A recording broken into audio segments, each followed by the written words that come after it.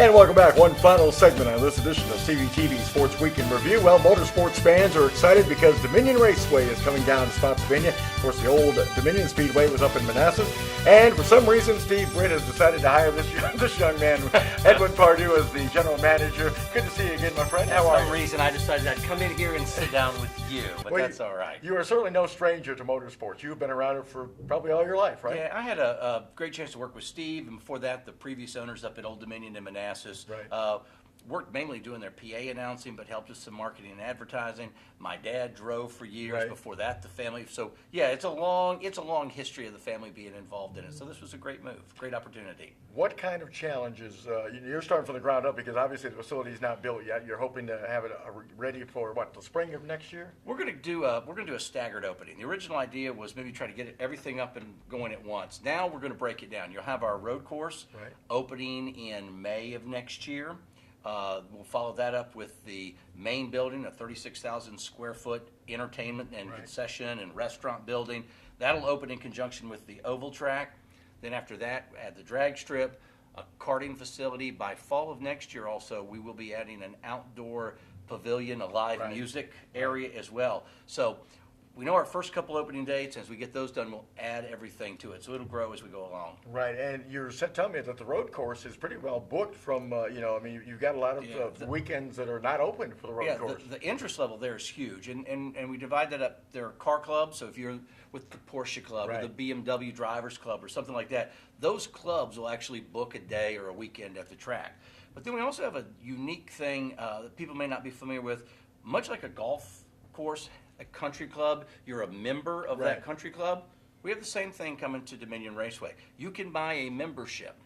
And that membership entitles you to so many days out on the racetrack. So let's say you've got a performance car, and so much of what we want to do is get all of that high-speed driving Right. off the highway and Yeah. onto the racetrack. So you have a performance car. You know it can go 140 miles an hour, but you don't have a place to do that. You come on board, become a member of our club. You have club days where you take your car out there on the racetrack and just have fun with it. And there's other amenities we'll add to Right, that. But right. our club membership will really be the backbone of what we do with our road racing. Right. Now, NASCAR, this will be what they call a NASCAR sanctioned track. What does that entail and what does that mean as opposed to a track that's not NASCAR sanctioned? What's nice about having the NASCAR affiliations through the Whelen All-American Series, Whelan's been a great longtime sponsor of home track NASCAR racing. Our drivers are in a national points championship. So from all the home tracks around Right. America, those points are tabulated. They take the drivers' best 18 races in a season, and they compete on a state level and a national level. So it just gives them a bigger stage to compete on. Instead of just being the champion for your Right. track, you're now competing with drivers all across America. And, we've had a history in this market Yep. of having several regional champions, and we had a national champion come out of the region that ran at the track up in Manassas. Yeah, at Old Dominion Speedway is Mark McFarland, right? And Mark is still in the NASCAR series, not as a driver, but he is, a crew chief, I Yeah, believe he you did. said. He moved on from that. Actually, drove for Junior Motorsports when they first started Yeah. their nationwide program, and now he's moved into doing a lot of crew chief work, and so it's been successful for him. And we've seen that, Edwin, from a lot of folks that started out as drivers, but they kind of veer off into a different direction in NASCAR, don't they? Yeah, if you sit there and listen to crew chiefs and other people at the cup level, the nationwide level, the truck level, so many of those guys are former short track drivers, and we've got a pretty good list of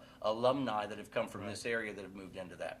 Is there a possibility once the Oval is up and running that maybe not next year? I mean, maybe if you have a few races at the Oval, but is there a possibility maybe the Truck Series coming in or someone like that, or maybe the K Pro? I think it's K Pro Series. K&N Series, K&N something like series, the yeah. Truck Series. Just the numbers don't work for that. To bring in a sanctioned group like that is expensive.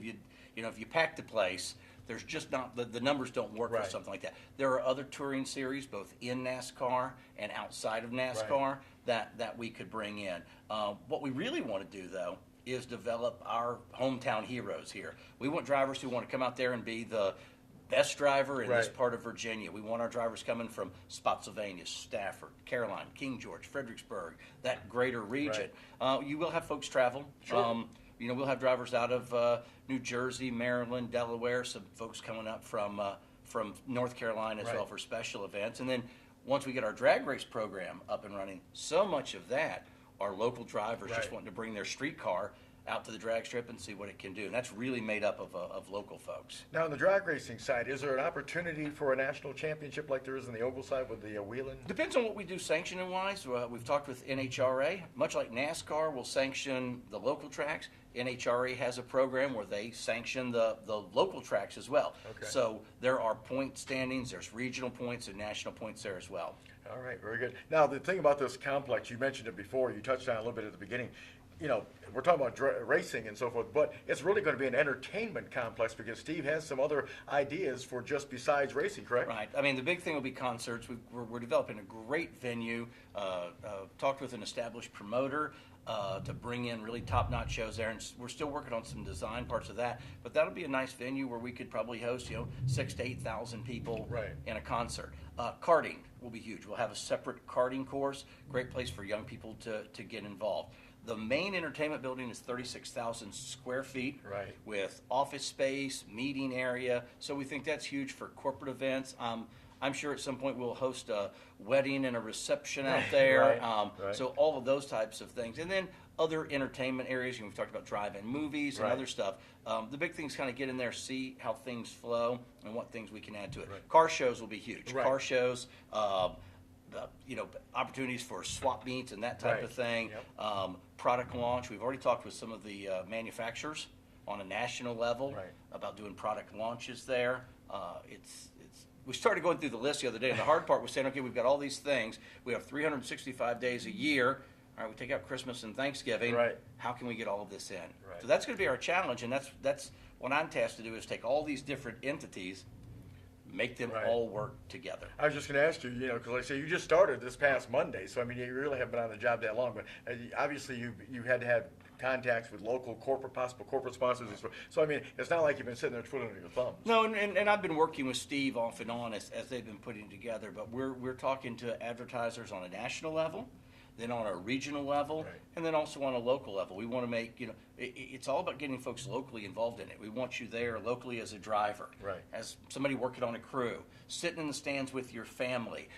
We also want local advertisers Right. to be able to harness some of that power and help them grow as well. And real quick, we're wrapping things up. Are you on target as far as opening? I mean, we've had some weather situations. And so We have a forth. huge event in May called Mopar Palooza. That's coming up May 30th, and it's one of the biggest events of its kind on the East Coast. There will be factory reps coming out of Detroit for that. Wow. And the plan is to be able to have them on the road course for that event.